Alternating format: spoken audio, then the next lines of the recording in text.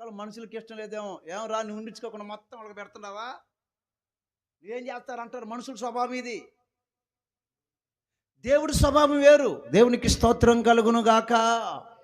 మనుషుల స్వభావం ఏందండి, పెడితే ఒప్పదు కొంతమందికి.